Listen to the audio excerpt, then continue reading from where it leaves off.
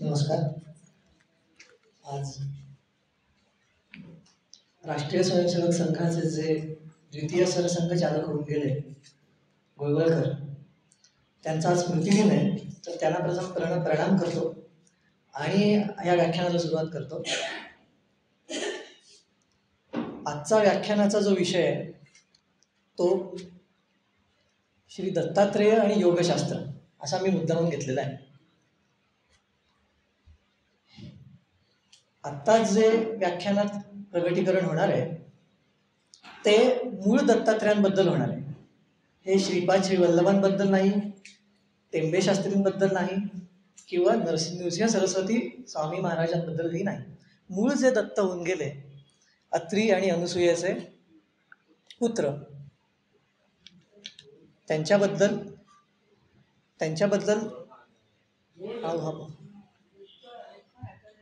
आवाज येतोय का? आता येतोय? आवाज बंद झाला. आवाज घुमतो पुढे हे तसं मोठे.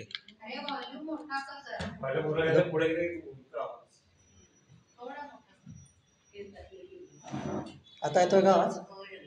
कसा आवाज येईल, काही प्रश्न नाही. तर हा जो विषय आहे आजचा व्याख्यानाचा, तो मुद्दामून दत्तात्रेय आणि योगशास्त्र घेतला असल्या कारणाने इथे भावनेला थोडीशी किंमत कमी आणि बुद्धी आणि ज्ञान आणि मूळ जे योगशास्त्राचे नियम आहेत ते आज आपण दत्तात्रेयांच्या चरित्रावरनं अभ्यासण्याचा प्रयत्न करणार आहोत. आता आपल्याला माहिती असेल की दत्तात्रेय आपण म्हटलं की आपल्या डोळ्यासमोर येते त्रिमूर्ती, बरोबर? म्हणजे आपल्याला असं वाटतं की 3 तोंड एका व्यक्तीला आहेत आणि ती समोर आलेली आहे. तर हे रूपक आहे. दत्तात्रेयांच्या मी आत्ता अवतार कार्यावर किंवा त्यांचा जन्म ह्याच्यावर जास्त उहापोह करणार नाही, कारण तो सगळ्यांना माहिती आहे. 3 जण ती भावंड, पहिला सोम, दुसरा दत्त आणि तिसरा दुर्वास. म्हणजे पहिले दुर्वास, नंतर दत्त, तिसरा सोम क्रमाने.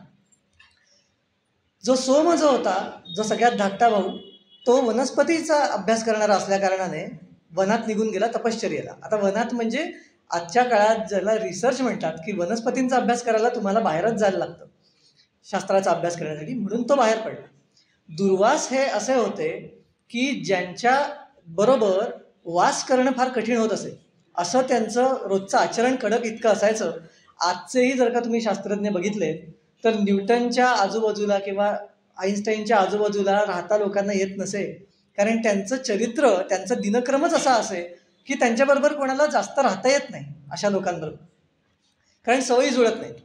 अशाच पद्धतीचं दुर्वासांचं आचरण असल्या कारणाने, ते सतत संशोधनात मग्न असल्या कारणाने तेही बाहेर निघून गेले. आणि मग उरला तो दत्त. मग अत्री आणि अनुसूयांच्या जवळ जो राहिला तो दत्त. आता दत्तात्रेयांनी हा प्रश्न आपल्याला पडतो की योगशास्त्र आणि दत्तात्रेयांचा संबंध काय आहे? दत्तात्रेयांनी कुठलं शास्त्र रचलं आहे का? तर याचं उत्तर नाही असं आहे. दत्तात्रेयांनी कुठलाही ग्रंथ स्वतः लिहिलेला कधीही नाही. आजवर कधी एकही ग्रंथ उपलब्ध नाही. एक ग्रंथ आहे दत्तात्रेयांनी लिहिलेला असं म्हणतात, तो म्हणजे त्रिपुरा रहस्य नावाचा एक ग्रंथ. पण त्या ग्रंथाला सुद्धा प्रक्षिप्त श्लोक भरपूर असल्या कारणाने तो दत्तात्रेयांचा आहे असं म्हणता येत नाही. दुसरी एक गोष्ट की त्रिपुरा रहस्यमध्ये इतका फापट पसारा वर्णन केला आहे गोष्टींचा की दत्तात्रेय इतकं बोलणंच शक्य नाही, कारण दत्तात्रेय हे आदेशाची देवता आहेत. दत्तात्रेय हे मुनी असल्या कारणाने ते फार कमीत कमी शब्दात जास्तीत जास्त प्रगटीकरण करणारे असल्या कारणाने इतके फापट पसारा ते सांगणार नाहीत. म्हणून कोणीतरी मागावून तो ग्रंथ रचल्याची शक्यता दाट आहे असं अभ्यासकांना वाटतं. तिसरा आता प्रश्न येतो की मग दत्तात्रेयांचा आणि योगशास्त्राचा खरा संबंध आला कुठनं? प्रथमतः तर ह्याचं उत्तर आपल्याला मिळतं ते नारद पुराणामध्ये. नारद पुराणामध्ये नारदांनी दत्तात्रेयांचं एक स्तोत्र रचलेलं आहे, दत्तात्रेय स्तुती म्हणून. तर ते जे स्तोत्र आहे त्यामध्ये दत्तात्रेयांचं वर्णन नारदांनी योग्याय धारिणे असा केलेला आहे. तर योग्याय धारिणे याचा अर्थ काय की अशी व्यक्ती की जी योग्य आहे, योग मार्ग अनुचरायला योग्य व्यक्ती जी आहे तिला जो धारण करतो तो दत्तात्रेय, असं मूळ वर्णन नारद पुराणामध्ये आपल्याला सापडतं. तिथे उल्लेख मिळतो कारण नारद पुराण हे फार प्राचीन पुराण आहे. 18 पुराणांमधली काहीच पुराणं आहेत की जी प्राचीनत्वाकडे अंगुली निर्देश करतात, बाकीची आहेत ती अर्वाचीन आहेत. अगदी भागवत पुराण सुद्धा जर का तुम्ही म्हटलं तर ते सुद्धा अलीकडचंच आहे. त्याचं जर का नक्षत्रीय गणित केलं तर ते आपल्याला 1.5 सहस्त्र वर्ष इसवी सन पूर्व इतकंच जुनं आहे. पण नारद पुराण नंतर मार्कंडेय पुराण ही जी पुराणं आहे ती जवळजवळ 7 सहस्त्र ते 10 सहस्त्र इसवी पूर्व इतकी जुनी जातात. कृष्णाच्या महाभारताच्याही आधीची असा त्यांचा कालखंड आपल्याला काढता येतो. तर आता हे दत्तात्रेय जे होते ते कुठल्या काळातले असा जर का आपल्याला प्रश्न पडला तर आपल्याला लगेच दत्ताचे शिष्य बघावे लागतात. मग कोण कोण होते तर मग यदू होता, पुरू होता, अलर्क होता, परशुराम होता, नंतर कार्तवीर्यार्जुन होता प्रसिद्ध जो आहे. हे सगळे जे शिष्य होऊन गेले दत्तांचे ते शिष्य आहेत सत्ययुगातले. श्रीराम हे द्वापार युगातले आपल्याला माहिती आहेत. त्याचा नक्षत्रीय गणिताने कालखंड जो डॉक्टर प वी वर्तक यांनी काढला आहे तो येतो 7,500 साधारण इसवी सन पूर्व इतका येतो. त्याच्याही आधी सत्ययुग 2 सहस्त्र वर्ष मागे म्हणजे साधारण 9 ते 10 सहस्त्र वर्ष इसवी सन पूर्व अगदी 11 इतका सत्ययुगाचा कालखंड येतो. त्या काळात दत्तात्रेय होऊन गेले. तर ह्या दत्तात्रेयांना योग योग्याय धारिणे असं नारद मुनी म्हणतात. इथे तो प्रथम संबंध. मग हा अवतार कशासाठी झाला तर योगशास्त्र शिकवायला झाला. पण योगशास्त्र तर आपल्याला त्या काळात कपिल मुनींचं तेवढं माहिती होतं. कारण आपल्याला गीतेत कळतं की कपिल मुनींनी जे योगशास्त्र दिलं, सांख्यशास्त्र दिलं, योगशास्त्र तेच शास्त्र कृष्णाने वाचलं होतं. आपल्याला लक्षात येतं महाभारत काळात कृष्णाने कधी दत्ताचं नाव घेतलेलं ऐकिवत नाही आहे महाभारतात. आता तो म्हणाला असता की मी दत्तांकडनं योगशास्त्र शिकलं, तसं दिसत नाही दिलेलं. मग योगशास्त्राचा संबंध दत्ताकडनं याचं कारण म्हणजे त्यांची तात्विक तत्वाची उपासना. आता हा जो उपदेश त्यांनी ह्या सगळ्या शिष्यांना केला तो उपदेश करताना अलर्क नावाच्या एका राजाला दत्तात्रेयांनी उपदेश केलेला आहे. तर त्या अनुषंगाने आज आपण हा योगशास्त्राचा अभ्यास करायचा आहे. आता प्रथम दत्ताचा आणि योगशास्त्राचा संबंध आपण ज्यावेळेला म्हणतो त्यावेळेला मी थोड्या गोष्टी मी आज व्याख्यानाला फार मोठे विषय आणले नाही आहेत. काहीच विषय आणलेत पण ते पूर्ण उहापोह करून सांगितलं म्हणजे तुम्हाला जी संकल्पना आहे ती पूर्ण स्पष्ट होईल मनात. तर प्रथम म्हणजे दत्तात्रेयांचं आपण म्हणतो 16 बरोबर. 16 फार कडक दत्ताचं. आपण हे सगळ्या अगदी कोणालाही दत्ताच्या उपासकाला विचारा तो म्हणेल की दत्तात्रेयांचं 16 फार कडक. आता 16 शब्द आला कुठनं किंवा 16चा संबंध कसा आहे त्याचा शास्त्राशी कसा संबंध आहे तर तो थोडासा 2 मिनिटात तुम्हाला सांगतो. आता शास्त्र हे अभ्यासाला लागतं ते म्हणजे त्याच्यानंतरचं ते म्हणजे पतंजली ऋषींनी जर असलेलं आहे पतंजली मुनींनी ते आपल्याला तिथे आधार घ्यायला लागतो. त्यामध्ये असा एक श्लोक आहे स्वांग जुगुप्सा परैही असंसर्गः असा एक तो श्लोक आहे. ह्या श्लोकाचा अर्थ असा की सततची मनाची शुद्धी आणि चित्ताची शुद्धी जर का मनुष्य ठेवत गेला तर काय होतं तर स्वांग जुगुप्सा निर्माण होते. जुगुप्सा या शब्दाचा अर्थ वीट येणं, किळस येणं. स्व अंग जुगुप्सा म्हणजे स्वतःच्या अंगाची किळस निर्माण होते त्या व्यक्तीला. हे केव्हा घडतं ज्या वेळेला शुद्धी एक मनाची आणि चित्ताची आपण सतत बाळगत राहिलो दिवसभर 24 तास वर्षानुवर्ष की मग हे अनुभवाला येतं की आपल्याला असं वाटायला लागतं की आपल्या अंगाची सुद्धा म्हणजे आपल्या पायाला जरी आपला हात लागला चुकून तरी आपल्याला हात धुवावा असं वाटतं. ही खरोखर अनुभवात सांगतं हे घडतं. ही स्वांग जुगुप्सा निर्माण होतं. आता झालं काय मधल्या काळात 16चं इतकं अवडंबर का केलं गेलं तर स्वांग जुगुप्सेचा विपरीत अर्थ घेतल्या कारणाने असं झालं की स्वतःच्या अंगाची किळस येण्याऐवजी परसंसर्ग नकोसा वाटण्याऐवजी त्याच्या अंगाची दुसऱ्याच्या किळस येऊन त्याला कमी लेखलं घ्यायला जायला लागलं आणि इथे उच्च नीच भेदभाव सुरू झाला. योगी स्वतःला किळस वाणं समजतो दुसऱ्याला नाही आणि म्हणून तो दुसऱ्याचा संसर्गच नको अशा ठिकाणी जाऊन बसतो. आता पुढचा आपल्याला प्रश्न पडेल की मग आता आपल्याला सगळ्यांमध्ये राहायचंय मग त्यावेळेला स्वतःच्या अंगाची ज्या वेळेला किळस येते त्यावेळेला दुसऱ्याच्या अंगाची येणार पण तिथे जाती नाही बघितली जात. त्यावेळेला स्वतःच्या आई वडील आपल्या जातीतल्या लोकांचा सुद्धा किळस येतो फक्त खालच्या जातीतल्या लोकांचा नाही. ही गोष्ट लक्षात घेतली पाहिजे. इथे आपली चूक झाली हिंदू लोकांची. त्यावेळेला ह्या शास्त्राचा आधार अस्पृश्यता बाळगण्यासाठी केली गेली की हा अस्पृश्य मनुष्य माझा 16 आहे तू खालच्या जातीतला तू भांडी घासलीस की मी त्याच्यावर पाणी टाकून घेणार कारण दत्ताचं आहे. दत्तांनी कधीही सांगितलेलं नाही. त्याच्यावरनं मला बारीकशी गोष्ट आठवली. टेंबे शास्त्री म्हणून जे दत्तांचे पुढचे होऊन गेले, ते लहान असताना, अगदी लहान असताना, त्यावेळेला एक बाहेर कुत्रा आला रस्त्यावर आणि कुत्रा आला, त्याचा पायाला लागलं होतं कुत्र्याच्या. तर टेंबे शास्त्री धावत धावत गेले आणि पटकन इलाज करून आले, त्या कुत्र्याच्या मलम लावून आले पायाला. आत आल्यानंतर आई लगेच म्हणाली की अरे विटाळ झाला कुत्र्याचा, तू पटकन जाऊन आधी आंघोळ करून ये, स्नान करून. तर टेंबेस्वामी लगेच म्हणाले, शास्त्री लगेच म्हणाले, दत्तात्रयांच्या जवळ तर सतत कुत्री असतात 4, त्यांना नाही तो विटाळ होत. आता ही जी घटना आहे त्याच्यावर त्यांना हे सांगायचं आहे की विटाळ किंवा ही जी आहे तो मनाची वृत्ती आहे. विटाळ आपला जर का मन अशुद्ध असेल, अशुद्ध मनाचा विटाळ तुम्हाला स्वतःला व्हायला हवा. एकदा तो झाला की मग बाहेरच्या गोष्टींना किंमत राहत नाही जास्त. सावरकरांचं उदाहरण या बाबतीत असंच देता येतं. महाराजा बोटीवरनं सावरकर ज्यावेळेला येत होते त्यावेळेला शौचाच्या पिंपाच्या बाजूला बसण्याची सोय मुद्दाम त्यांची केली होती. तर त्यावेळेला आता सावरकर म्हणजे बॅरिस्टर मोठे आणि ते बॅरिस्टर बाबू त्या सगळ्या लोकांमध्ये. तर तिथला एक कैदी आपणहून त्यांच्या इथे आला आणि म्हणाला, बाबू तुम्ही तिकडे बसा, मला सवय आहे ह्या घाण वासाची. त्यावेळेला सावरकर त्यांना बोलले त्या माणसाला, अरे तू जसा आहेस तसाच मी आहे, मला जसा वास येतो तसा तुलाच येणारच आहे ना इथे बसून.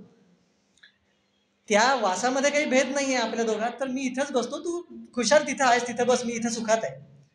विटाळ, अशौच ह्या ज्या गोष्टी आहेत त्या मानसिक पातळीवर सुरू होतात आणि बाह्य पातळीवर त्यांचा विराम आपल्याला साधता येतो.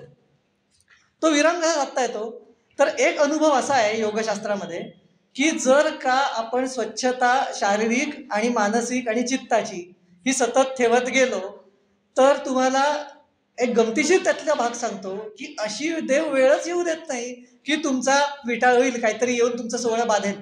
त्यासाठी वेगळे प्रयत्न करायची गरज नसते. एकदा मनाची ती वृत्ती आली की आपोआपच तुम्हाला असं नियंत्रित केलं जातं त्या देवतेकडनं की तिथं तुमच्या इथे आसपास अशुद्धी येणारच नाही. ही आता हे योगशास्त्रात नैतिक चीर्ण व्रतोदित आहे असं म्हटलंय. ही व्रत ज्याने आचरली नाहीत ना त्याला हे समजत नाही. हे फक्त पुस्तकं वाचून अशा गोष्टी साध्य नसून थोडेसे आपण कष्ट घेतले, थोडेसे सतत मन आपलं शुद्ध ठेवायचे, आपलं चित्त शुद्ध ठेवायचं, की ह्या अनुभवाच्या गोष्टी आहेत थोड्याशा. ह्या गोष्टी अनुभवाला येतात. की उदाहरण तुम्हाला देतो, योगशास्त्रात यमनियम सांगितले त्यातला अहिंसा यमनियम मध्ये आहे. अहिंसा, आपल्या पायाखाली एकही किडामुंगी येऊ नये अशी आपण सतत काळजी घेत गेलो तर तुम्हाला मी अनुभवात नाही सांगतो, एखादी व्यक्ती तुमच्यासमोर बसली आहे तर तिच्या पटकन पायाखाली एखादी मुंगी येत असेल तर तुम्हाला कळतं. मी अनेक, माझी आई आत्ता समोर बसलेली, मी अनेकदा दाखवूनही दिलेलं आहे आणि खरोखर असं होतं की आई पटकन बाजूला, पाय बाजूला कर, मुंगी आहे पाटाचे खाली. हे आपल्याला लक्षात यायला लागतात गोष्टी, हे आपोआप घडतं. आणि आपलं ज्या वेळेला लक्ष नसतं त्यावेळेला देवच आपल्या पायाखाली काही येऊ देत नाही. हे अनुभवाच्या गोष्टी आहेत योगशास्त्रात. तर हे नियम असे आतून मनात निर्माण होतात आणि त्याचं बाह्य प्रगटीकरण आपोआप देवातर्फे होतं.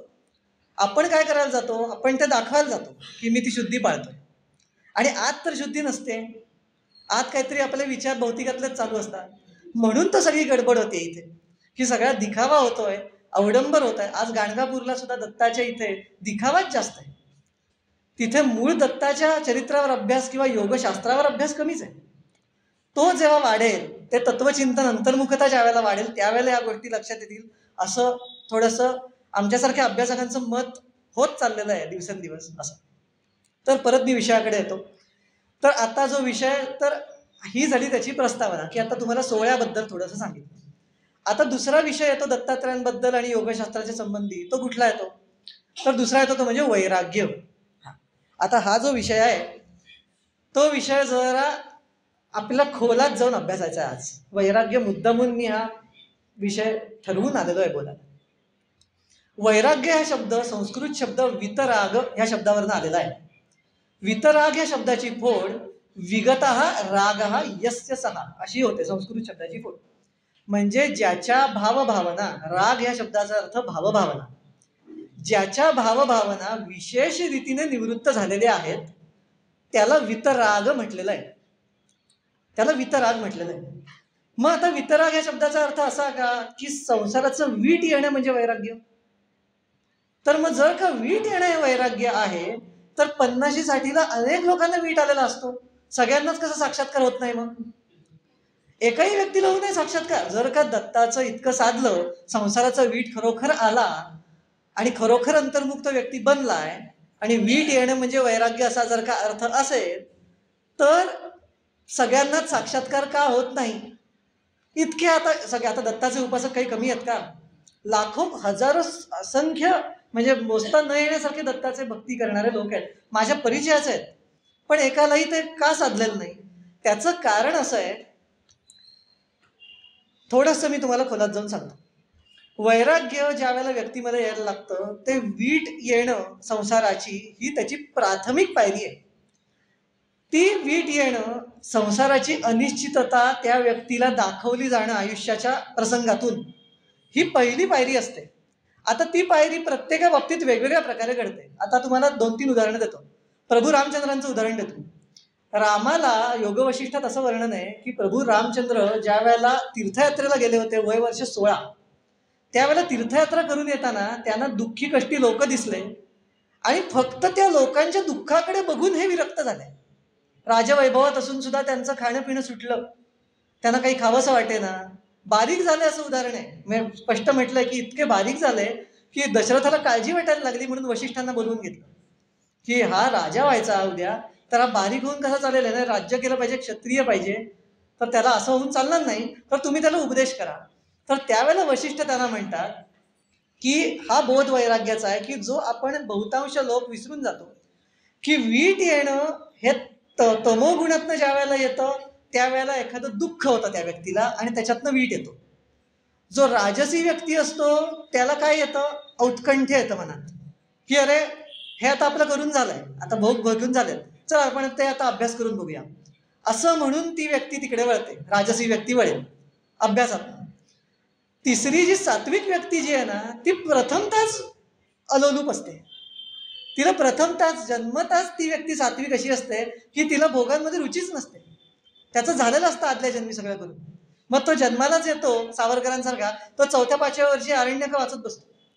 आता मग असा प्रश्न पडतो की अशातनं तर सगळ्याच जातात बरोबर, तमोगुणातनं वैराग्य सगळ्यांना येतं. आता आपल्यासारखे लोक जे भौतिकात भरपूर आयुष्य ज्यांचं गेलेलं आहे त्यांना तमोगुणातनं ही विरक्तीचे धडे दिले जातात दत्तात्रयांकडनं. म्हणजे काहीतरी दुःखी प्रसंग येतो, मग कोणतरी आजारीच पडेल घरातलं, मग त्याचं करणं भाग पडेल, मग आयुष्याची अनित्यता कळते, मग भोगांमध्ये रुची नाही, काही सारखं पडून उपयोगाचं नाही, हे आपल्याला अनुभवायला येतं. हे तामसी गुणातनं येतं. पण तिथे त्याची पुढे प्रगती का होत नाही ह्याच्यावर विचार केला की आपल्याला लक्षात येतं की जी गोष्ट ज्या वेळेला एखादी गोष्ट मनातनं काढून घेतली जाते त्या जागी दुसरी निर्मावी लागते. म्हणजे काय की आता काय झालं, भोगाविषयीची आसक्ती मनातली नाहीशी झाली, पण मनाचा तो कप्पा तर रिकामा राहिला ना. मग त्या जागी काय? तर ह्याचं उत्तर आपल्याला स्वातंत्र्यवीर सावरकरांच्या सप्तर्षी नावाच्या कवितेत मिळतं. आता ते कसं ते तुम्हाला सांगतो, म्हणजे दत्तात्रयांचा आणि सावरकरांचा संबंध कसा आहे ह्या लोकांचा ते सांगतो. सप्तर्षी या कवितेमध्ये स्वातंत्र्यवीर सावरकर म्हणतात की विरक्ती म्हणजे संसाराचं वीट येणं असं नव्हे, तर अनुगुणांचा विकास म्हणजे विरक्ती होय. आता थोडंसं आपण फोड करूया या शब्दाची. अनुगुणांचा विकास म्हणजे काय? गुणाच्या मागोमाग जो जातो तो अनुगुण. आता मी समजा एखादं चॉकलेट खाल्लं तर चॉकलेटचं खाल्ल्याने माझ्या मनात गुण काय निर्माण झाला की मनात गोडी निर्माण झाली. चॉकलेटबद्दल गोडी निर्माण होणं हा चॉकलेटचा अनुगुण, बरोबर. मग ती मनात जी गोडी आसक्ती निर्माण झाली ती गोडी ती दूर केव्हा होईल? ही जी गोडी दूर केव्हा होईल? ज्या वेळेला मला चॉकलेटपेक्षा उत्तम गोष्ट दिसेल की नाही, बरोबर की नाही. ती चॉकलेटपेक्षा उत्तम गोष्ट दिसली की मग माझं मत काय म्हणेल, मन माझं की ठीक आहे चॉकलेट तर आहेच, ते आपण केव्हाही मिळवू शकतो, आपण आता जरा वरची गोष्ट मिळते का प्रयत्न करूया. आणि मग मी काय करीन की मग आईला विचारेन की अरे आईस्क्रीम ठेवलं होतं ना, मग ते आईस्क्रीम खाऊया का आपण. मग आता चॉकलेट आईस आणि आईस्क्रीम असं विचार तर आपण काय म्हणून, मला आईस्क्रीम दे, बरोबर की नाही. म्हणजे चॉकलेटपेक्षा वरची आपण गोडी निवडली की नाही भौतिकात सुद्धा. तर तसंच भौतिक गोष्ट सोडून दैवी गोष्टींचा पाठलाग करणे आणि त्या दैवी गोष्टींची चटक लागणे म्हणजे वैराग्य आहे. वैराग्य शब्दाचा अर्थ हा आहे. वैराग्य म्हणजे त्याचं वीट येणं नाही. योगी मनुष्य हा भोग जरी समोर आले तरी त्याला नाही म्हणत नाही आणि होही म्हणत नाही. तो जसं ते दुःख आलं म्हणून भोगेल, तसं सुख आलं म्हणून भोगेल. त्याचं चिंतन कुठे असतं, की अरे आता मला परवा दत्ताचं दर्शन झालं, आता मी पुढचं दर्शन केव्हा होईल मला, ह्यात त्याचं चित्त असतं. त्यात एकदा चित्त असलं की मग इथे मिळत आहे किंवा नाही मिळत आहे. ज्या आता थोडे मला लहानपणी आठवतं, ज्या वेळेला अभ्यास असायचा, अभ्यास करत असायचो, त्यावेळेला चित्त खेळात असायचं. आणि चित्त क्रिकेट खेळण्यामध्ये असलं की अभ्यासाचं काय वाटायचं नाही. मग ठीक आहे, 2 तास अभ्यास केला ना, मग मी 2 तासांनी खेळायला जाणारच आहे ना, मग याचं काय वाटत नाही. म्हणजेच काय झालं, अभ्यास जर का आम्ही भोग समजला माझा, तर आणि जर का क्रिकेट खेळणे हे सुख समजलं, तर त्या सुखापायी मला भोग सह्य झाले की नाही. मग तसंच योगी मनुष्याचं कसं होतं, की त्याला देवाचं आणि ईशचिंतनाची वरची चटक लागले आणि तसे अनुभव मिळालेले असल्या कारणाने मनाला, चित्ताला, त्याला ती चटक लागते मनाला. चटक हाच शब्द आहे त्याला, दुसरा शब्दच नाहीये, चटकच लागते त्या विषयाची. आणि ती लागली की इथे विषय मग आपल्याला तुम्ही कितीही मोठं सुख द्या, त्याला माहिती असतं की ह्याच्यातनं जास्तीत जास्त अनुभव काय इतकाच. तू 2 तास पावभाजी खा, नंतर 4 वर्ष पावभाजी खा, पावभाजीची गोडी तेवढीच मिळणार आहे तुला. तू 4 तास पावभाजी खात राहिलास म्हणून त्याची फार दिव्य गोडी लागली असं होत नाही. आणि हे भोग जे आहेत ते भोगाने क्षीण होतं, अंग क्षीण होतं, गात्र थकतात. पण दिव्य भोगाने कधीही गात्र थकत नाही. आणि म्हणून ऋग्वेदामध्ये एक ऋचा आहे, न ऋते श्रांतस्य सख्याय देवाहा, अशी ऋचा आहे. म्हणजे काय, की देव पातळीवर गेलेले जे लोक असतात ते कोणाशी सख्य करतात, जो श्रांत झालेला नाहीये त्याच्याशी सख्य करत नाही. जो प्रयत्न करून करून करून जो श्रांत झालेला आहे ना आता, की फार इतके प्रयत्न त्याने केले की आता तो थकला प्रयत्न करून करून, त्याच्याशी देव सख्य करतात. बाकी दुसऱ्या व्यक्तीशी म्हणजे फक्त सत्वगुण असून मी सत्वगुणी आहे म्हणून दत्ताने दर्शन द्यावं नाही. तू सत्वगुणी आहेस ही मनाची भूमिका झाली. सत्वगुणी असणं ही मनाची भूमिका. ती मनाची भूमिका आली की त्याच्यानंतर दत्तात्रयांना काय हवंय ते जर का आपण करायला लागलो तर दत्तात्रयांचं लक्ष तुझ्याकडे जाईल. ही झाली भूमिका दत्ता, ही योगशास्त्राची भूमिका. योगशास्त्रामध्ये आणि भक्ती मार्गामध्ये हाच एक महत्वाचा फरक आहे योगी मनुष्यामध्ये. आणि योगी हा देवांची कामं करत असतो आणि भक्त जो असतो तो भक्त भावनेच्या पातळीवर प्रसन्नता मिळवत असतो. भक्तीची परिसीमा ही जी मनाची आणि चित्ताची शुद्धी आहे ती योग मार्गाची प्रथम पायरी आहे. त्यामुळे आता मी पुढचा जो विषय घेतोय तो दत्तात्रयांनी अलर्काला उपदेश केलेला आहे. अलर्काला 32व्या अध्यायामध्ये उपदेश केला आहे की योग प्रवृत्ती जी असते, योग मार्गाची जी असते, त्याची प्राथमिक लक्षणं काय आहेत. तर ती आता तुम्हाला दत्तांनी सांगितलेली लक्षणं मी तुम्हाला सांगतोय. हे मी सांगत नाही, स्वतः दत्तात्रय सांगताय. आता ही सगळी लक्षणं मी जी सांगतोय ती नीट ऐका आणि तुम्ही ज्यांना ज्यांना गुरु मानलेला आहे, ज्यांना ज्यांना आयुष्यात गुरु मानलंय, त्यांच्यामध्ये ही लक्षणं अंशाने तरी दिसतात का ह्याचा आधी विचार करा आणि मगच त्यांना गुरु माना असं दत्त म्हणतात.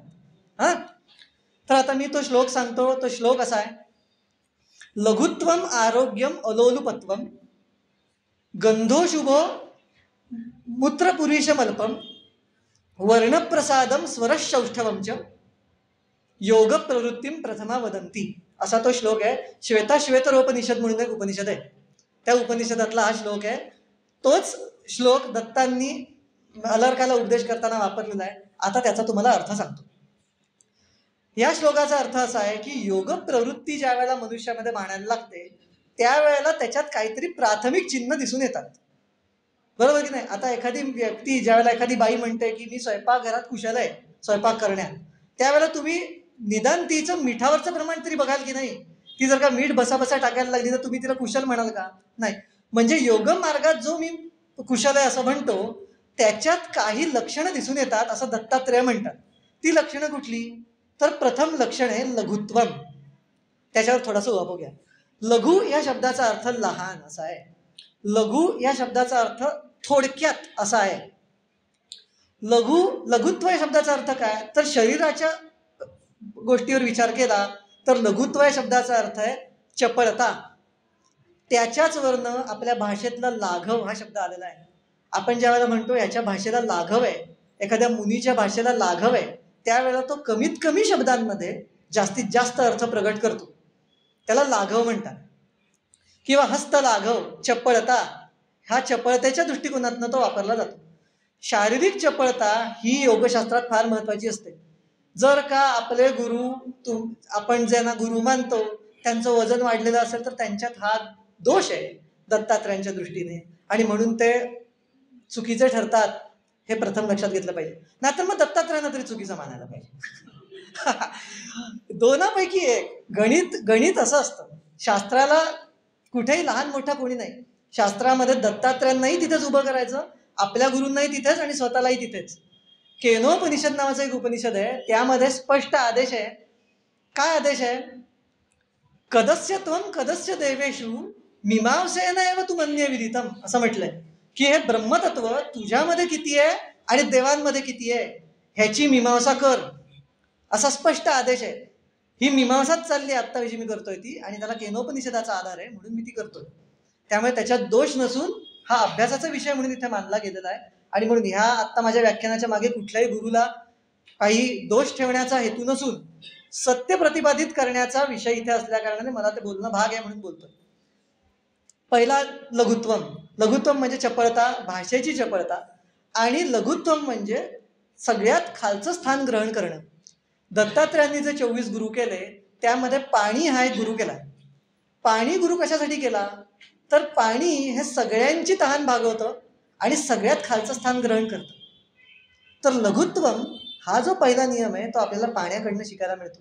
आणि म्हणून स्वतःचा अहंभाव न दाखवता आपण सगळ्यांना पुरं पडायचं, आणि ज्या वेळेला अधिकारपदाची गोष्ट येते त्यावेळेला सगळ्यात खालचं स्थान ग्रहण करणं, हे योगशास्त्रात प्रथम आहे.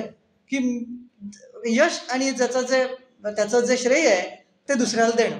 कारण खरोखर गोंदवलेकर आचार्य बोलले होते एकदा की खरोखर आपण अशा किती गोष्टी करतो. आता मी इथे आलो, मी व्याख्यान देतो असं मी जर का म्हटलं जोराने, तर खरोखर हे व्याख्यान द्यायला किती गोष्टी कारणीभूत झाल्या आणि मी ते देऊ शकलो.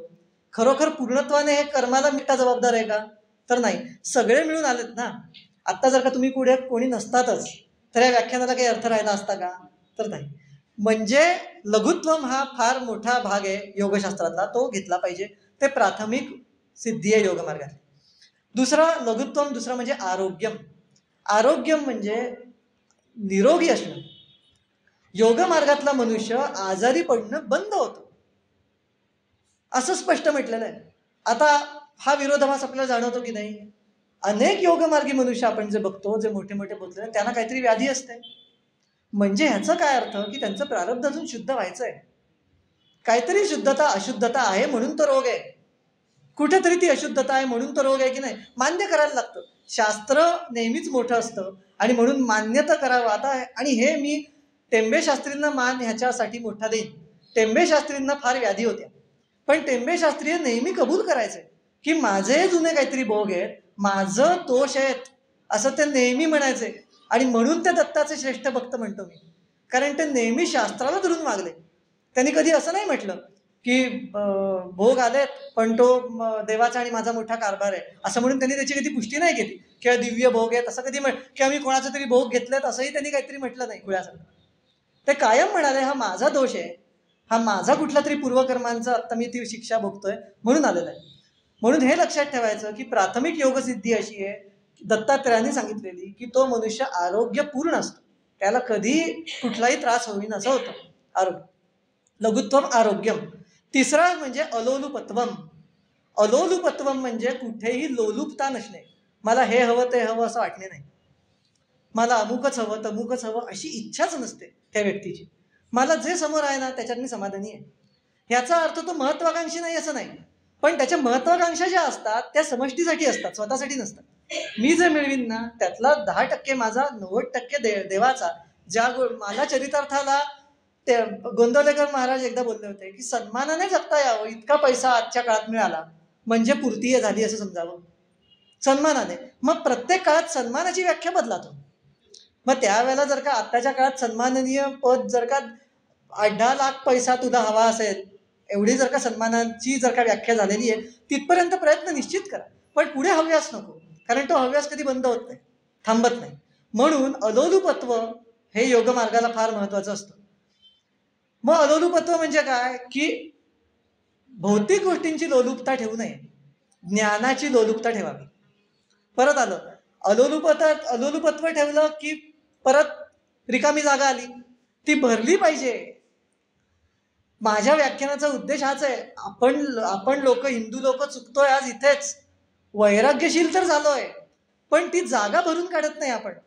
सावरकरांमध्ये आणि सामान्य भक्तांमध्ये फरक काय? किंवा आता बेलसरे येऊन गेले किंवा टेंबेशास्त्री येऊन गेले, मोठे आचार्य गोंदवलेकर, त्यांच्यामध्ये आपल्यामध्ये फरक काय सामान्यांमध्ये? ते पण विरागित झाले संसारातनं. आपल्यालाही केव्हा ना केव्हा तरी अनुभव येतो की आता नकोसा या गोष्टी वाटतात संसाराच्या. पण त्यावेळेला होतं काय, ते लोकांची प्रसन्नता खंडत नाही. आपले लोक म्हणजे वैतागतात आयुष्याला. वैतागणं म्हणजे नाहीये, प्रसन्नता ही असलीच पाहिजे. प्रसन्नता आणि वैतागणं हा दोष आहे. वैतागतो मनुष्य केव्हा? ज्या वेळेला इच्छापूर्ती होत नाही आणि अलोलुपत्व साधलेलं नसतं, म्हणून वैतागतो.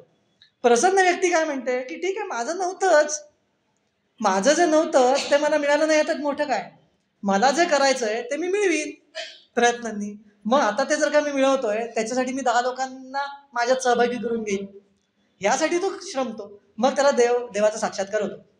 हे अलोलुपत्वाची व्याख्या. लघुत्वम आरोग्यम अलोलुपत्वम वर्णप्रसादम स्वरस सौष्ठवम. पुढे म्हटलंय वर्णप्रसाद.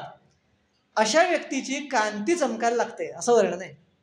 तो व्यक्ती तेजस्वी दिसायला लागतो, त्याच्या चेहऱ्यावर तेज येतं, त्याच्या बोलण्यात तेज येतं, तो जिथे जाईल तिथे त्याचं तेज जाणवायला लागतं. हे वर्णन, ह्याला म्हटलं वर्णप्रसाद. आता वर्णप्रसाद ह्याचा अर्थ दुसराही आहे की त्याला भाषेचंही फार उत्तम ज्ञान होतं. वर्ण म्हणजे भाषाही, वर्णाचा त्याच्यावर प्रसाद होतो. आणि एक अशी थिअरी आहे पाश्चात्यांमध्ये की व्होकॅब्युलरी जी असते, आपली शब्दसंपत्ती जी असते, त्याच्यावरनं आपली बुद्धिमत्ता कळते. आणि म्हणून जेवढं ज्ञान, वर्णप्रसाद तुमचा जेवढा जास्त, तेवढं तुमच्याकडे ज्ञान वाढतं. आणि ज्ञान वाढल्याने ह्या गोष्टी कळतात जास्तीत जास्त. ज्ञानच जर का नसेल, शास्त्राभ्यासच जर का नसेल, तर या गोष्टीला आपण मुकतो आणि आपल्याला ते कळतच नाहीत. 70 वर्ष, 80 वर्ष झाली तरी जर का वाचन नसेल, संगती तशी नसेल, तशा पद्धतीची सत्संगती आपण जर का नसेल, तर आपल्याला ती गोष्ट येतच नाही आणि मग ती मिळत नाही. म्हणून वर्णप्रसाद हे योग प्रवृत्तीचं प्रथम लक्षण सांगितलेलं आहे, प्रथमांमधलं काही.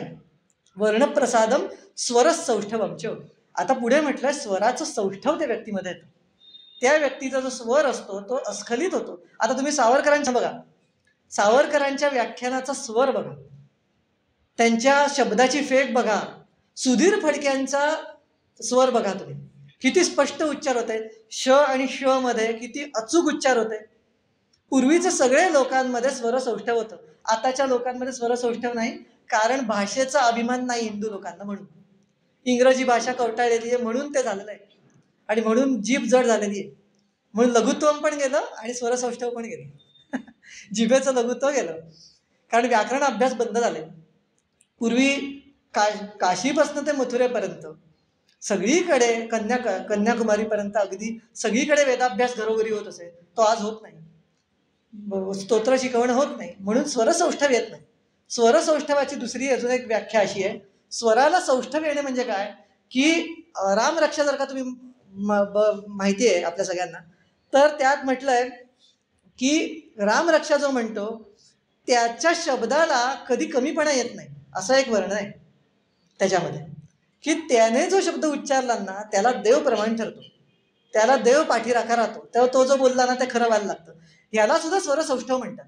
की तो स्वर बाहेर पडला ना तर त्या स्वराला वजन आहे. तो स्वर बाहेर पडला म्हणजे तो अंमलात आणलाच पाहिजे, तो आलाच पाहिजे. ह्याला स्वर सौष्ठव म्हणतात.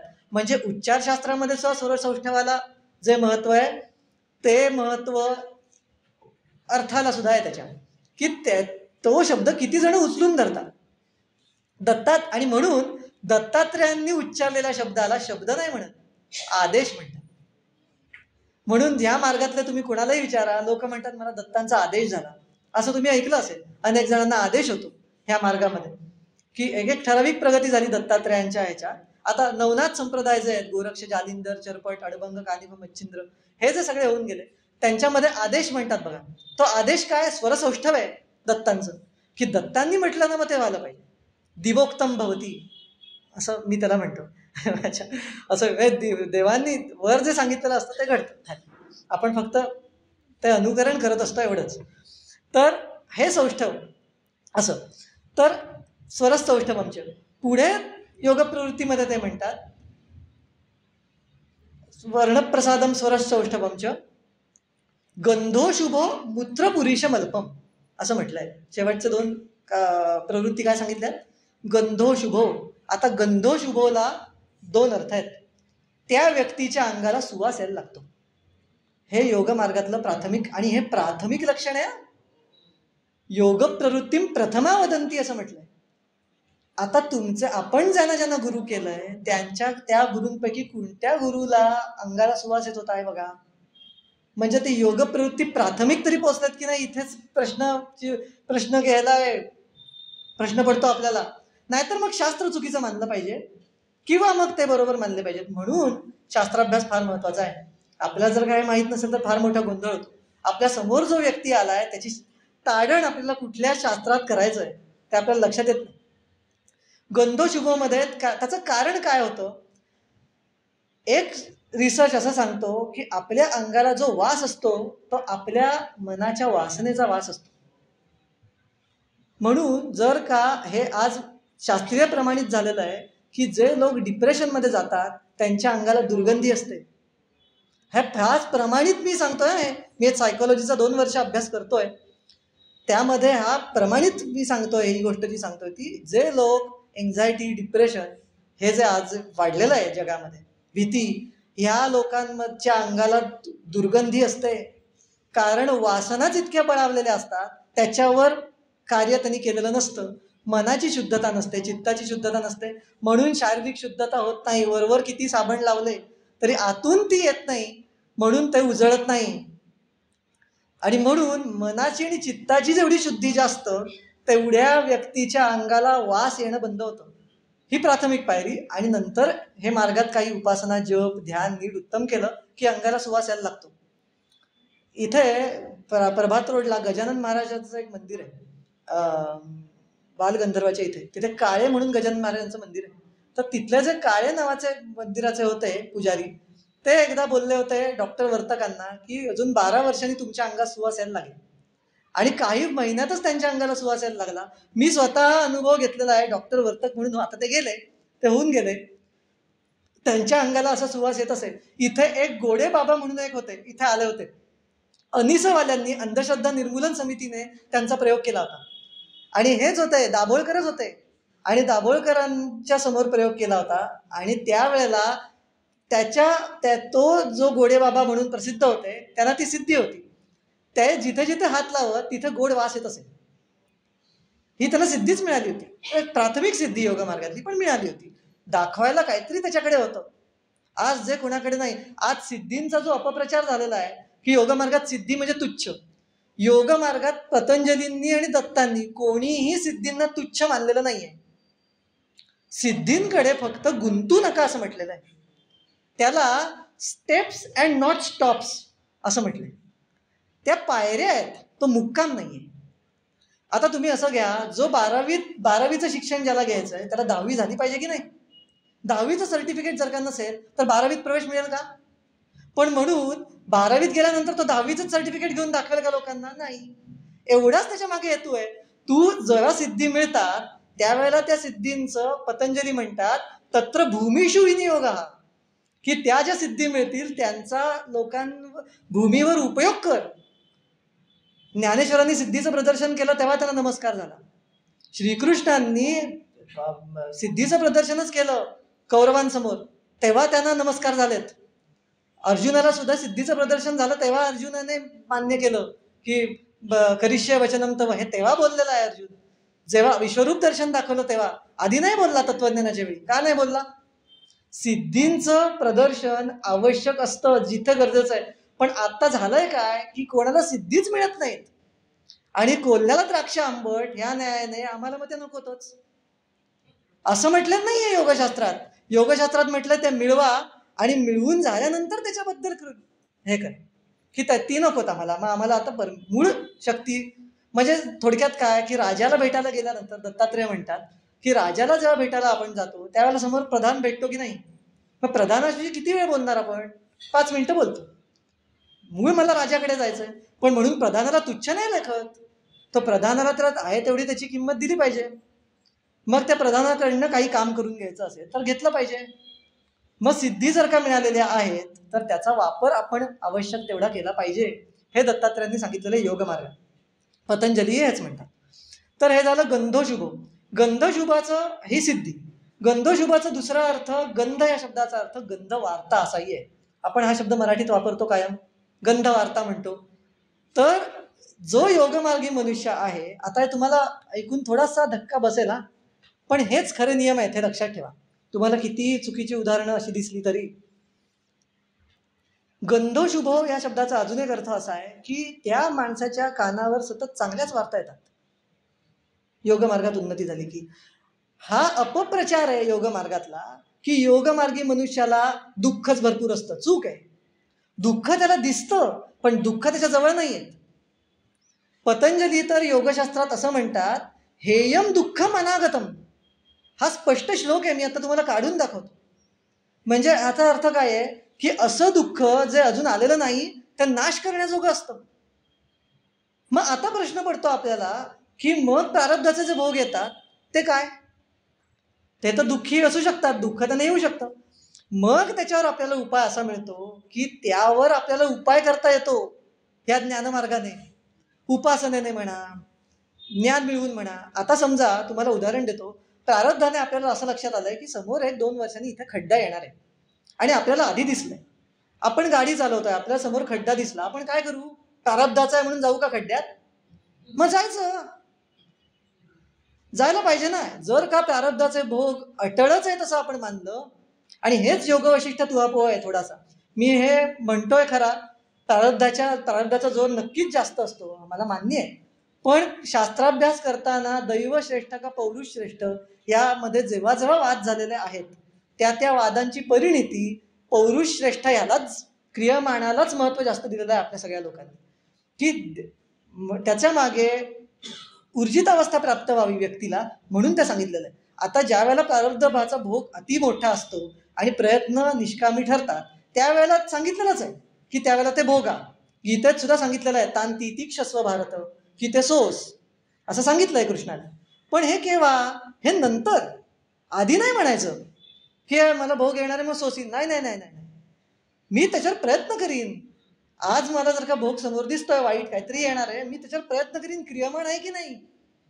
हा क्रियमाण जोपर्यंत. आणि ह्यासाठी हिंदू धर्मातल्या लोकांनी थोडासा अहंभाव जागृत ठेवायला पाहिजे. हे स्वातंत्र्यवीर सावरकरांनी सांगितलं होतं. स्वातंत्र्यवीर सावरकरांचं म्हणणं हेच होतं, योगमार्गी ते का? ते असं म्हणायचंय की अहंभाव आपण त्यागला. मी करीन, आज हिंदुस्थानाला स्वतंत्र मी करीन म्हणून ते उठले. आज तुम्ही असा विचार करा, शिवाजी महाराजांनी जन्म घेतला, छत्रपती शिवाजी महाराजांनी पराक्रम केला, 16व्या वर्षी इतकं साम्राज्य उभारलं आणि स्वतःला 40ला राज्याभिषेक करून घेतलाय. का करून घेतला हो? राज्याभिषेक करून घेणं म्हणजे अहंभाव नव्हे का? आपण श्री म्हणतो अगदी त्यांना, पण तो अहंभाव झाला ना. पण तो गरजेचा होता.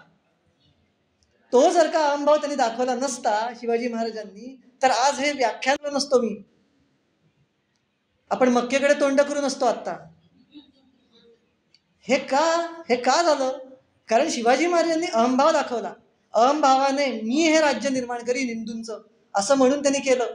कधी कधी अहंभाव गरजेचा असतो.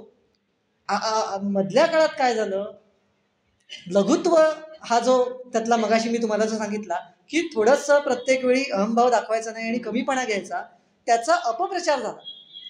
कमीपणा घ्यायचा याचा अर्थ असा नव्हे मी केलंच नाही असं म्हणायचं. माझ्याकडनं प्रत्येक गोष्ट देवाने करून घेतली, कशाला असं म्हणायला हवं? देवाने मला करू दिली असं म्हणा. पण तसा देवामध्ये अहंभाव आहे, तसं ते आत्मतत्व आपल्यात पण आहे की नाही? ज्या वेळेला एखादं भोग आपण भोगतो त्यावेळेला देव दुःख देतो की नाही आपल्याला? देतो की नाही दुःख? थोडंसं देतो, आपल्याला दुखतं. मग जर का ते आपल्याला, मग ते देवालाच दुखतं का त्यावेळेला? तुम्हालाच दुखतं ना. मग जर का ते आपल्याला दुखतं तर थोडासा अहंभाव बाळगून मी ही गोष्ट करून दाखवीने म्हणायला काही वाईट नाही अध्यात्मात. फक्त त्याची परिणिती गर्वात ज्या वेळेला होते की मीच करणार, मग तिथे घात होतो. जर का मी म्हटलं की मी आज व्याख्यान देणार आहे जाऊन, हो मी देणार आहे, मी जेव्हा असं म्हणेन नाही मीच देणार व्याख्यान, अजून तिथे संपलं सगळं. अभिमान कधी गरजेचा असतो, अहंभाव नाही. हिंदूंनी अभिमान पण त्यागला आणि अहंभाव पण त्यागला, म्हणून नुकसान झालं. सगळी राज्य जी आतापर्यंत उभारली गेलेली आहेत ती अहंभावावरच उभारली गेली. इव्हन अगदी तुम्हाला सांगतो, परमात्म्याने सुद्धा जे विश्व उत्पन्न केलंय ते मी हे विश्व उत्पन्न करीन म्हणूनच केलेलं आहे. एको अहम बहुश्याम म्हटलंय. का म्हटलं त्याने मग? अहंभाव नव्हता ठेवायचा मग परमात्म्याने, पण तो ठेवलाय. म्हणजे ह्याच्यातनं आपल्याला शिकायला काय मिळतं दत्तात्रेयांसारखं, की दत्त कसे सगळीकडनं शिकायचंय, बारीक सारीक वेचे घ्यायचे, तसं आपल्याला लक्षात येतं की थोडासा अहंभाव अध्यात्मात सुद्धा हवा, आग्रह हवा मतांचा. जर का तो मतांचा आग्रह नसेल तर ज्ञानप्राप्ती होत नाही. आणि आपल्याला काय होतं की हा पण सांगतो ते पण बरोबर, हा पण सांगतो ते पण बरोबर. नाही, शास्त्रात जर का म्हटलेलं असं आहे तर मी शास्त्राला किंमत देईन. आणि हे टेंबे स्वामींनी केलं, टेंबे शास्त्रींनी तसं केलं. टेंबे शास्त्रींचा अभ्यास हा असा होता. म्हणून बाकी सगळे एकीकडे, टेंबे शास्त्री दत्तात्रेय एकीकडे, असं मला कधी कधी वाटतं. त्यांनी फार मोठा आदर्श घालून दिलाय, दत्तात्रेयांनी सुद्धा हा आदर्श घालून दिलाय. आणि म्हणून जर का तुम्ही बघितलं तर दत्तात्रेयांचे सगळे जे शिष्य आहेत ते राजे आहेत. यदू, पुरु, अलर्क, कार्तवीर्यार्जुन हे सगळे राजे होते. सगळी पृथ्वीचं राज्य त्यांच्या, सहस्त्रार्जुनाकडे तर अख्ख्या पृथ्वीचं राज्य होतं रावणाकडनं घेतलेलं. म्हणजे अहंभावी होते सगळे. का ह्या लोकांना का त्यांनी शिष्य करून घेतलं? कारण भौतिक संपन्नता जोपर्यंत येत नाही तोपर्यंत अध्यात्माला अर्थ उरत नाही. पण भौतिक संपन्नता आली, ती एकदा आली की मग मात्र आपण अंतर्मुख व्हायला पाहिजे, हे दत्तात्रेय सांगतात. एकदा तुझी भोगांची पूर्ती झाली की तू आत वळ. हे आणि हे तमोगुणातल्या लोकांना कळत नाही. म्हणून सांगितलं काय शास्त्रामध्ये की ते करूच नका. थोडंसं उदाहरण देतो. एखादी आई एखाद्या मुलाला, लहान मुलाला काय म्हणते? एक चॉकलेट घे असं म्हणते का? नाही. काय सांगते? चॉकलेट खाऊ नये, दात किडतात. आता एक चॉकलेट खाल्ल्याने दात किडणार आहेत का? तर नाही, नाही की नाही किडणार. पण ती सांगताना काय सांगते? नियम सांगताना काय सांगितला जातो? की चॉकलेट खाऊ नये, दात किडतात. बरोबर की नाही? तसं अध्यात्मामध्ये भोगात रमू नका सांगितलंय. पण त्याच्या मागची कथा अशी आहे की भोगात प्रथमतः भोगांचा पूर्ण आपण अनुभव घेतल्याशिवाय विरक्तीकडे जाता येत नाही, हे तितकंच खरं आहे. त्यामुळे भोगाची थोडीशी तरी परिपूर्णता आपल्यात असायला हवी, त्यानंतरच अध्यात्मात वळण्याला अर्थ आहे पूर्ण दृष्टीने. तर हे झाली योग प्रवृत्तीची प्रथम लक्षणं. मला वाटतं महत्वाचे जे मुद्दे होते योगशास्त्रातले, जे कोर महत्वाचे मुद्दे आहेत ते बरेचसे मी तुम्हाला सांगितले. योग प्रवृत्ती सांगितल्या, वैराग्याचा अर्थ आपला आत्ता झाला बघून, नंतर प्रथम झाला 16तला झाला. थोडंसं तुम्हाला सांगतो की दत्त जन्माच्या आधी, आता तुम्हाला थोड्याशा गोष्टी सांगतो म्हणजे तुम्हाला शेवटी कंटाळा यायचा नाही सतत तत्वज्ञान ऐकून. दत्तात्रेयांचे जे गुरु, जे प्रथम गुरु जे होते ना दत्तात्रेयांचे, ते त्यांचे वडील अत्री ऋषी. बरोबर. आता अत्री ऋषींबद्दल ना आपल्याला फार कमी माहिती आहे. बरोबर. अत्री ऋषींच्याच पोटी दत्तात्रेय जन्माला का आले ह्याची पण एक वेगळी निराळी कथा आहे. अत्री ऋषीचं असं वर्णन आहे, अत्री ऋषींचं ऋग्वेदामध्ये अख्खं मंडळ होतं. ऋग्वेदामध्ये अत्रयः असा शब्द वापरला आहे, अनेक वचनार्थी शब्द वापरलेला आहे ऋग्वेदामध्ये. म्हणजे अनेक अत्री. अनेक अत्री म्हणजे काय? तर त्यांचं ऋषींचं एक मंडळ होतं जे संशोधन करीत असेल. त्यांनी कशावर संशोधनं केली अत्री ऋषींनी? अत्री ऋषींनी चपलांचा शोध लावला आहे. आज ज्या आपण चपला वापरतो त्याचा शोध अत्री ऋषींनी प्रथम वापरलेला आहे. अत्री ऋषींनी त्याचा शोध लावलेला आहे चपलांचा. दुसरी गोष्ट म्हणजे अत्री ऋषींनी शोधून काढलेलं आहे ते म्हणजे ग्रहण. आज जे आपण बघतो ग्रहण, राहूकेतूमुळे ग्रहण होतं, ते जे राहूकेतूंमध्ये सावलीमुळे जे ग्रहण होतं त्याचा शोध सुद्धा स्वर्भानु वापरून अत्री ऋषींनी शोधून काढलेला आहे. अत्री ऋषी असे संशोधक होते. हे असे संशोधक असल्या कारणाने त्यांच्या पोटी शास्त्राभ्यासी 3 निर्माण करायचे असं ईश्वराने ठरवलं. आता ज्यावेळी विंध्याचल म्हणून एक पर्वत आहे, तिथे अत्री आणि अनुसूयेनं तप केलं. तप केलं म्हणजे काय? हेच ब्रह्माचं चिंतन केलं, उपासना केली, सत्वशुद्धी केली, आचार उत्तम ठेवला, लोकांना पूर्णपणे मदत केली आणि कर्तव्यपूर्ती केली, म्हणून देव प्रसन्न झाला. जपाने तपाने सगळ्या गोष्टी लागतात, श्रद्धा लागते, भक्ती लागते, सगळं लागतं. तेव्हा तो प्रसन्न झाला आणि मग तो ईश्वर त्यांना म्हणाला की मी तुझ्या पोटी जन्माला येईल. पण त्यानंतर जन्माला आले 3. त्यावेळेला अत्री त्यांना म्हणाले की तुम्ही 1 पण 3 कसे आलात? तर त्यावेळेला ते बोलले की आम्ही 3 वेगवेगळे गोष्टी घेऊन तिथे जन्माला आलेलो होतो. आता हे सोम आणि दुर्वा ज्या वेळेला गेले तपाला, त्यावेळेला दत्तात्रेयांकडे आपला अंश सोडून गेले. त्यामुळे योग मार्गामध्ये ज्या ज्या वेळेला दत्ताचं दर्शन होतं, त्यावेळेला एकाचं नसून 3 तोंड दिसतात. आणि ही खरीच गोष्ट आहे. हे जे आपण 3 तोंडाचं रूप बघतो, ते त्यांच्या प्राणमय कोशाची 3 रूपं दिसतात एका वेळी. कारण सत्व, रज आणि तम ह्या तिन्ही गुणांचा समता जोपर्यंत व्यक्तीमध्ये झाली नाही, म्हणजे आपल्या इच्छेप्रमाणे जोपर्यंत तिन्ही तत्व त्या व्यक्तीला वळवता येत नाहीयेत, तोपर्यंत दत्तात्रेयांचं दर्शन होत नाही. दत्तात्रेयांचं दर्शन हे अतिउच्च सत्वगुणच फक्त ह्या तिघांना हाताशी धरू शकतो. आणि तो धरायला जन्मोजन्मीची शुद्धी लागते. ती जेव्हा मिळते सततचे प्रयत्न करून. पतंजली म्हणतात हा अभ्यास कसा असायला हवा? सतुवै दीर्घकाल नैरंतर्या सत्कारा सेवितो दृढभूमी असं म्हटलं. हा अभ्यास कसा असायला पाहिजे? सतुवै दीर्घकाल निरंतर नैरंतर्या सत्कार आसेवितो म्हणजेच आदराने केलेला आणि दृढभूमीही भक्कम पायावर आधारित असलेला असायला पाहिजे. असा ज्या वेळेला अभ्यास होईल त्यावेळेला दत्तात्रेयांचं केव्हा ना केव्हा तरी दर्शन होतं असं आपल्याला म्हणायला लागतं. आता ह्या दर्शनाची जी गोष्ट आहे तिथे थोडासा शेवटी येतो की दर्शनं कशी होतात आणि केव्हा होतात. ह्याचं थोडंसं तुम्हाला गमतीशीर भाग सांगतो, शास्त्राप्रमाणे उदाहरणं सांगतो थोडीशी आणि मग थांबू आपण. दर्शनाच्या मागे ह्या तुम्हाला आवडेल, हा विषय तुम्हाला आवडेल. दर्शनासाठी काय गरजेचं असतं? जप. बरोबर. जप का गरजेचा असतो? जपाने देव जवळ येतो असं म्हणतात. जप ज्या वेळेला केला जातो त्यावेळेला देव जवळ येतो. देव जवळ येतो म्हणजे काय? तर देवाचा जो प्राणमय कोश आहे, 10 सहस्त्र वर्षापूर्वी दत्तात्रेय गेले, त्यांचा देह नष्ट झाला, पण त्यांचा जो आता देह उरलाय तो चिन्मय देह आहे, प्राणमय कोश आहे. त्या प्राणमय कोशाने तो दर्शन देतो देव. त्यासाठी ज्ञानदृष्टी असायला लागते. ती ज्ञानदृष्टी असण्यासाठी समाधीचा अभ्यास लागतो. आणि इथे दत्तात्रेयांचं मूळ येतं की दत्तात्रेयांचा योगशास्त्राशी संबंध समाधीमुळे येतो. धारणा, ध्यान आणि समाधी हा विषय आहे. धारणा तर राहू देच, आपल्याला साधा जप करायला सुद्धा वेळ लागतो. धारणा म्हणजे देशबंध चित्तस्य धारणा असा श्लोक आहे. एकाच देशापाशी विषयापाशी चित्त बांधून राहणे म्हणजे धारणा.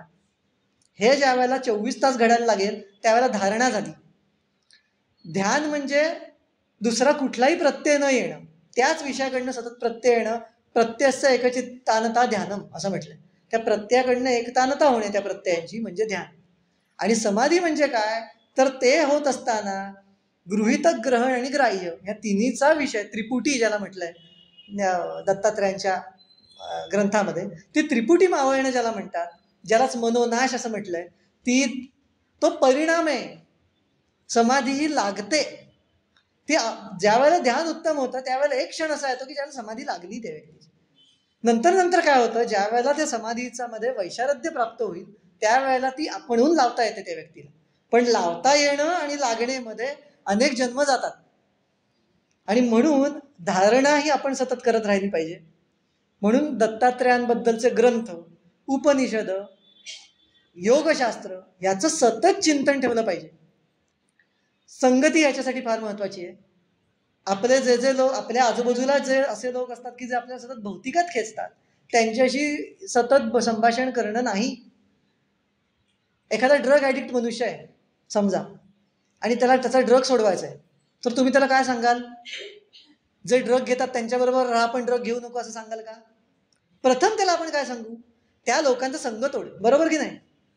तसंच आपण सगळे हे ड्रग ॲडिक्ट झालेलो आहोत लोक भौतिकाला.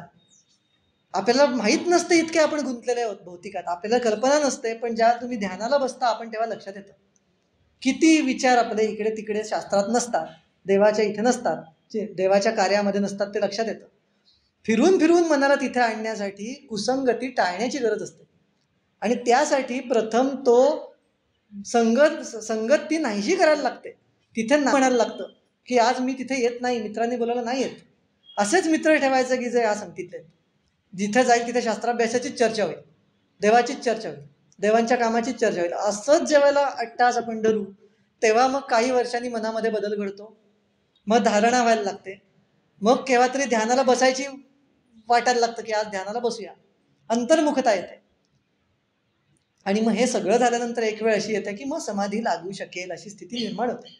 मग समाधी ज्या वेळेला लागते त्यावेळेला ज्या देवावर धारणा झालेली असते त्याचा मनोमय कोश तुमच्या मनामध्ये येतो आणि तुम्हाला मदत करतो की आता इथे पुढे काय करायचं आहे, की इथे काय कशा प्रकारे चिंतन करायचं, किंवा आता काय त्यावेळेला आदेश येतात ध्यानामध्ये, अमुक अमुक करायला पाहिजे, ही गोष्ट व्हायलाच पाहिजे तुझ्याकडनं. मग आपल्याला सांगितलं आता ना ह्यांना तो आदेश आहे असं आपल्याला कळतं ना. फार मोठे मोठे जे आता आपण महंत वगैरे बघतो ते म्हणतात आम्हाला आदेश आहे. शहानिशा कुणी करत नाही आदेश आहे का काय आहे, पण म्हणतात आता आदेश आहे त्यांना. ते शहानिशा करून जर का खरंच आदेश आलेला असला तर तो उत्तम, पण अशी शास्त्राला धरून तो शहानिशा ती व्हायला पाहिजे, म्हणजे त्याच्यातनं खरेपणा निर्माण होतो, खरं चरित्र निर्माण होतं व्यक्तीचं. नाहीतर मग ते फक्त अभ्यास बोलण्यापुरता राहतो, हे व्याख्यानापुरता राहतं.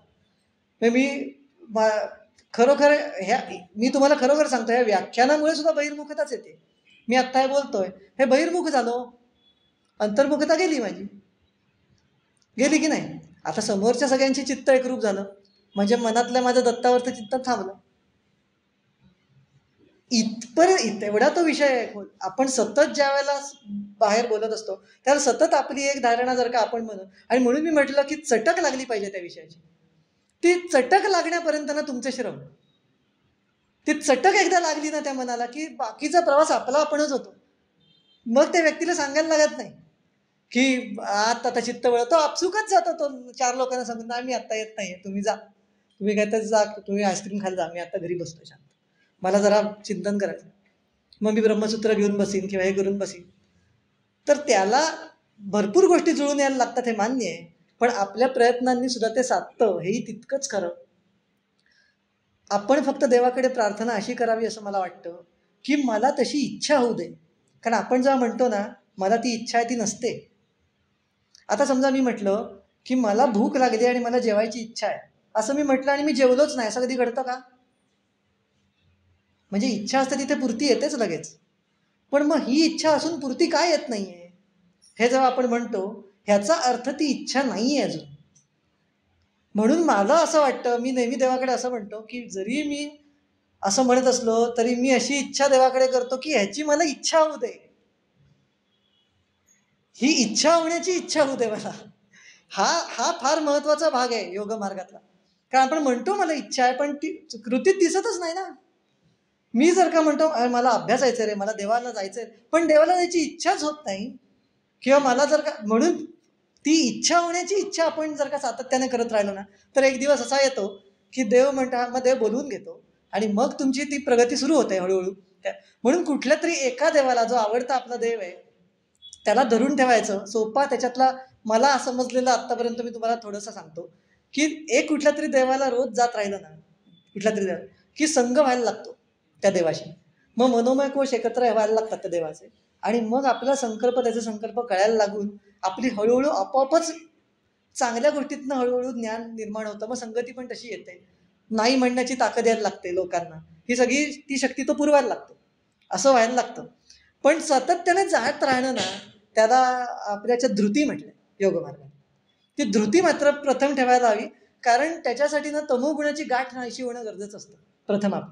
आपल्या ज्या सवयी असतात ना, की आता मोबाईलची, आता मध्ये मला सुद्धा सवय लागली होती, इंस्टाग्रामची सवय लागली होती, आज रील बघत बसायचं. मी बंद करून टाकलं ते, कारण त्यात जो वेळ जायचा त्यातनं मला लक्षात आलं की अरे त्यात जो वेळ, इतका वेळ जायचा त्याच्यात, तास नुसते आपले काही त्याच्यातनं मिळत नाही.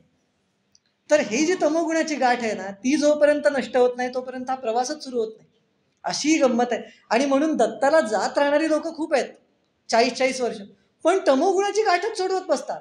त्यांना हे लक्षात येत नाही की तमोगुणाची गाठ सोडवायला दत्त नाही मदत करत. ही त्याच्या मागची खोच आहे. तो तुम्हाला तिथे आणून त्या मार्गावर ठेवेल, सगळं कसं स्पून फीड करेल ना.